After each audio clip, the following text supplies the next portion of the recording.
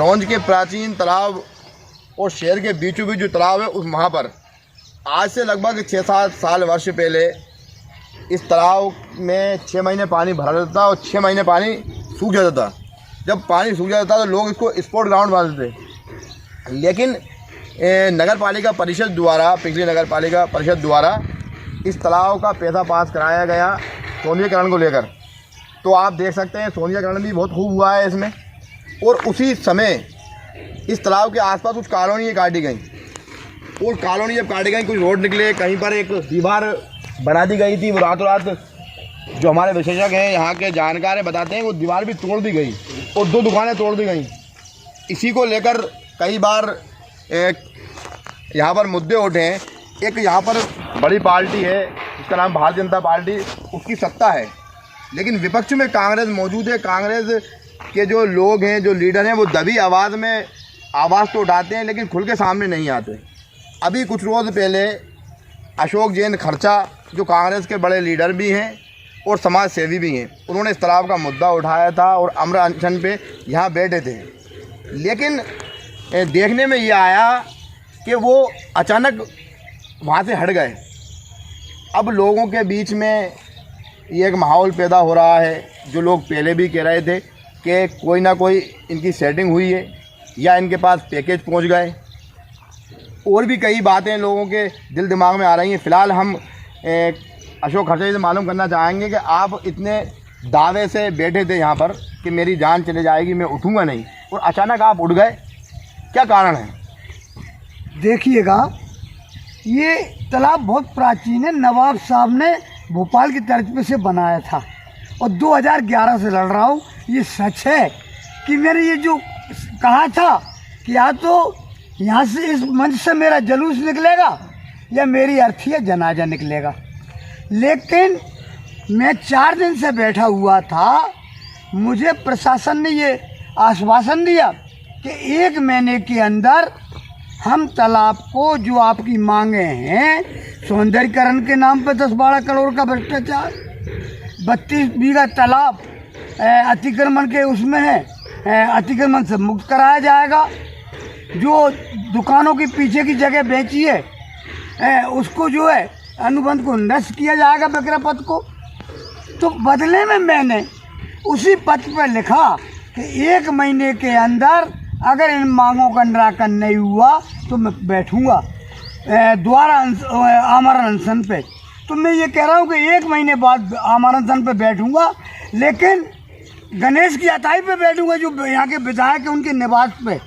क्योंकि जो बाज़ार में चर्चाएं, जो आरोप लग रहे हैं मेरे ऊपर, क्योंकि ये तो भ्रष्टाचार का गढ़ है, भूमाफियों का कब्जा है इस शहर पे।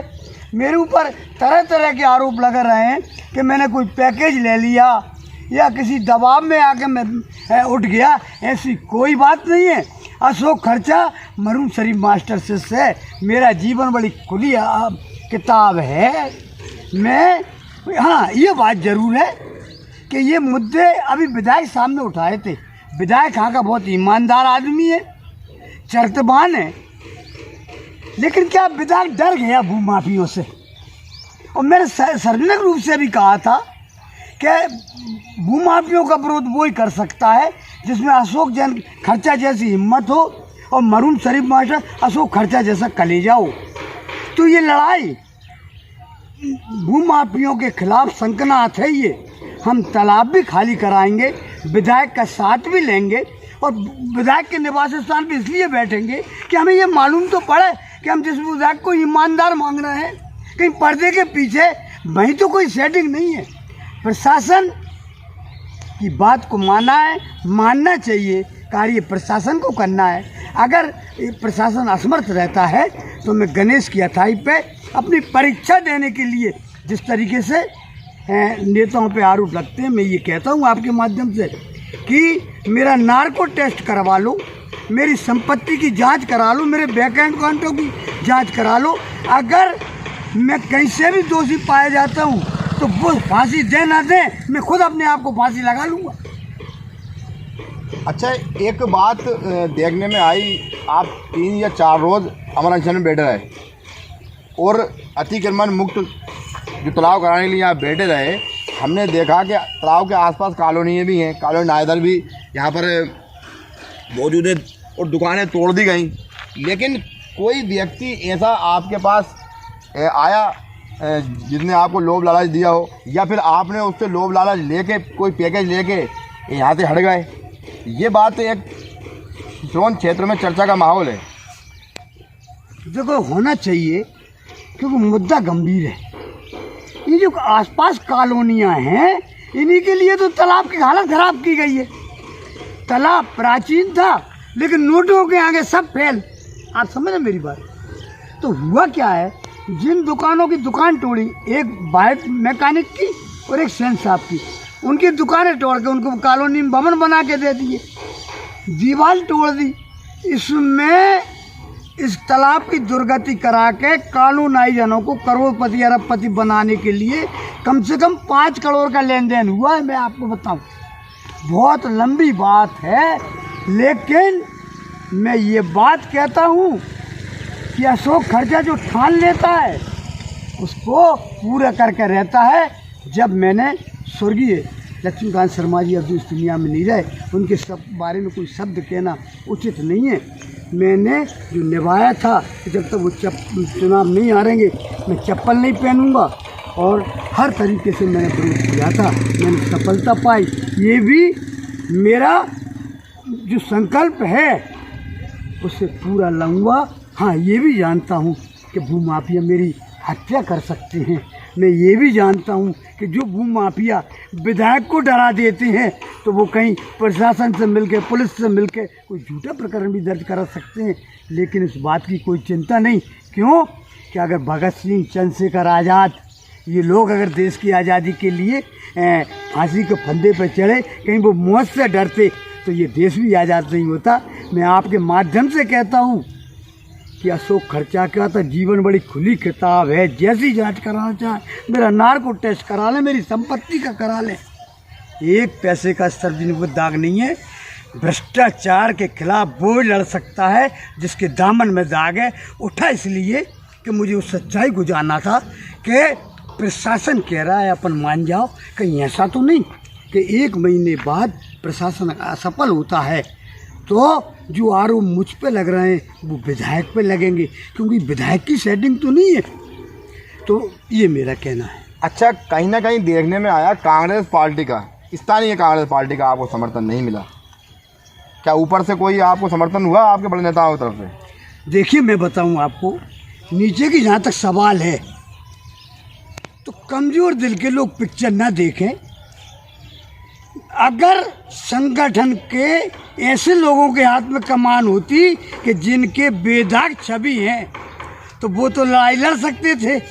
अब जिनके दामनों में दाग हो और उन पर संगठन की कमान हो तो फिर तो वो ही हो गया कि पतिता नारी हो और किसी से युद्ध कर ले, कहीं से संभव नहीं है।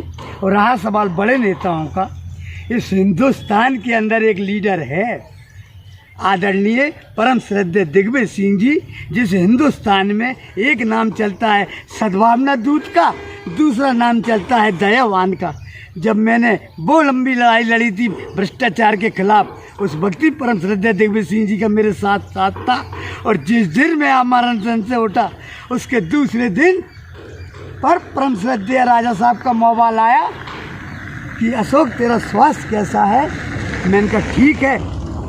तो मेरा अपना परम सौभाग्य है कि मुझे ऐसे व्यक्तित्व का सहारा है कि गहरे न तू कह रहे से अशोक खर्चा को क्या लेना। और रहा सवाल संगठन का, तो मैंने तो डंके की चोट कहा है कि जो 9 चुनाव के दावेदार हैं 9-10, अगर टिकट एक तो मिलेगा ही नहीं, और मिल गया तो ऐसा सूता करेंगे कि जमानतें जब्त हो जाएंगी। अच्छा, अभी आपने आपकी पार्टी का नाम लिया, कांग्रेस पार्टी का, कि संगठन ही कमान ऐसे लोग, कहीं ना कहीं चर्चा ये भी बनती है कि नेताओं के जो गुर्गे हैं, वो कोई पार्टी हो, कांग्रेस हो या भाजपा हो, 2 ही पार्टी हैं विशेष मानी जाती हैं सिरोंज लटे क्षेत्र में। इनके जो गुर्गे हैं, इनकी भी कहीं ना कहीं इनका पैसा शेयर किया जाता है कॉलोनियों के अंदर, ताकि इन पर कोई आँच ना आए।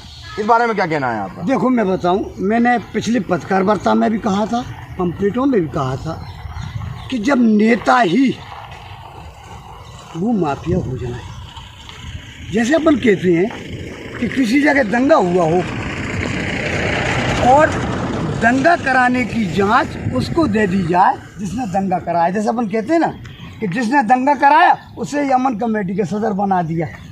देखो, राजनीति एक व्यापार का रूप ले चुकी है, इस कारण ये दिक्कतें आती हैं। कांग्रेस की बर्बादी का कारण भी यही है कि ऐसे लोगों को कमान दी जाती है कि वो कांग्रेस के सौदा कर दें कि बोलो हम तुम्हें हरा देंगे, हमें कितने पैसे दोगे। ये भी कांग्रेस का दुर्भाग्य। एक उदाहरण, जैसे एक नरेंद्र पाटीदार हैं, यहाँ उन्हें ब्लॉक कांग्रेस का अध्यक्ष बनाया। महीने 2 महीने में ये हालत हो गई कि आपके जो है संगठन में मजबूती आने लगी, भ्रष्टाचार के खिलाफ आवाज़ उठने लगी। मालूम पड़ा उन्हें हटा दिया। क्या है, ये विधानसभा सीट मध्य प्रदेश की ऐसी है सरोन लेटरी, यहाँ हारने के अलग पैसे मिलते हैं, जयचंदी के पैसे अलग मिलते हैं, चुपचाप घरे बैठने के पैसे अलग मिलते हैं। ये कारण है। लेकिन अब आवाज़ बुलंद की है अशोक जैन खर्चा ने। आपके चैनल के माध्यम से कह देना चाहता हूँ कि भू माफियाओं, भ्रष्ट बेईमान अधिकारियों, अपनी औकात के दायरे में रहना। अशोक खर्चा ने ठोस कदम उठाया है। अगर मध्य प्रदेश में कांग्रेस की सरकार बनी, हमारा विधायक जीता, सरकार बन जाए, विधायक की उतनी कोई वो नहीं, तो भू माफियों को शहर छोड़ना पड़ेगा। और अब तो ये आवाज़ उठ चुकी है। मैं कांग्रेस के भी वो जाबाज कार्यकर्ता नरेंद्र पाटीदार जैसे सैकड़ों लोग हैं, मैं उनको लामबंद करके और जो है कांग्रेस सेवा दल का सिपाही हूँ, कांग्रेस के सेवा दल की तरह जो है ये जंग लड़ी जाएगी। अच्छा, आप बार बार नरेंद्र पाटीदार के नाम ले रहे हैं एक व्यक्ति का, ऐसा क्यों? ना ना ना ना, उसे ही बनाया था ब्लॉक कांग्रेस का अध्यक्ष, इसलिए नाम ले रहा हूँ।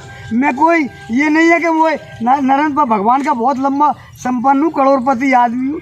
सिर्फ क्या है, ऐसे लोगों का फैन हूँ मैं।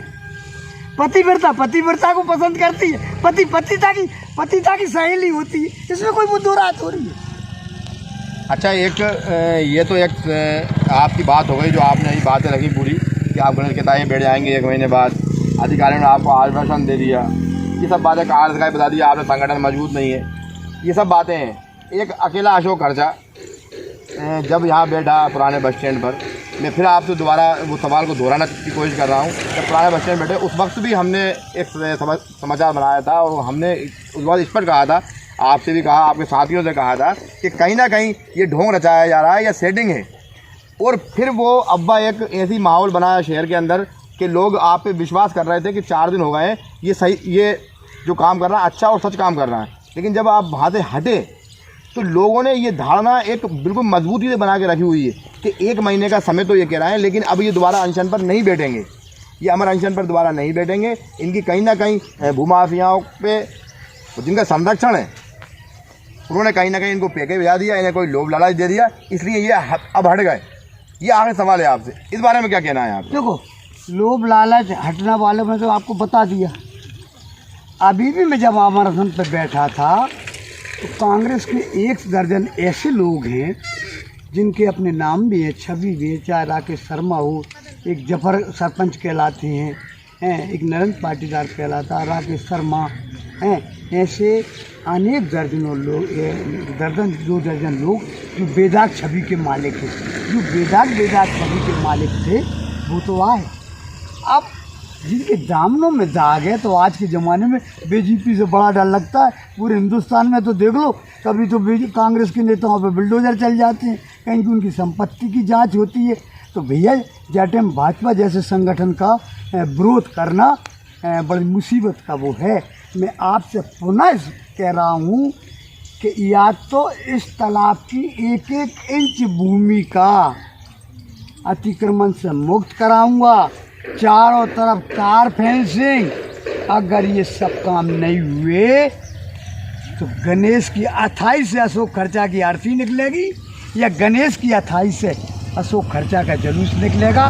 मुझे ये दृढ़ विश्वास है कि मेरा विधायक ईमानदार है। अगर ईमानदार है तो अशोक खर्चा के साथ खड़ा होगा, बेईमान होगा तो मैं अनशन पे बैठूंगा, वो चुपचाप गाड़ी से निकल के रात बरात निकल जाएगा। बस ये मेरा कहना है। तो यहाँ पर साफ कहना है कि गणेश केताई की तैयारी है अब 1 महीने बाद, क्योंकि उसमें देखना पड़ेगा कि विधायक जी का संरक्षण प्राप्त तो कहीं नहीं है, क्योंकि विधायक जी बार बार इस बात को दोहराते हैं कि भूमाफियाओं के विरुद्ध सख्त कार्रवाई की जाए। और फिर ये तालाब जलकुंभी से भरा हुआ है। इस तालाब को हम देख सकते हैं, जलकुंभी से भरा हुआ तालाब है, चारों तरफ अतिक्रमण में की चपेट में तालाब आ चुका है। अब देखना ये है कि कितने जल्द से जल्द इस तालाब की सफाई हो पाएगी। जो पैसा पास हुआ था सौंदर्यीकरण के लिए, उस पैसे का इस्तेमाल दोबारा सही हो पाएगा, या उन अधिकारियों या उस टाइम के जो नगर परिषद में थे उन लोगों पर कार्रवाई हो पाएगी या नहीं हो पाएगी। सोन से मैं अल्ताफ खान, न्यू इंडिया 4। और चैनल की अगर आपको खबरें पसंद आए तो हमारे चैनल को लाइक करें, शेयर करें एवं सब्सक्राइब करें।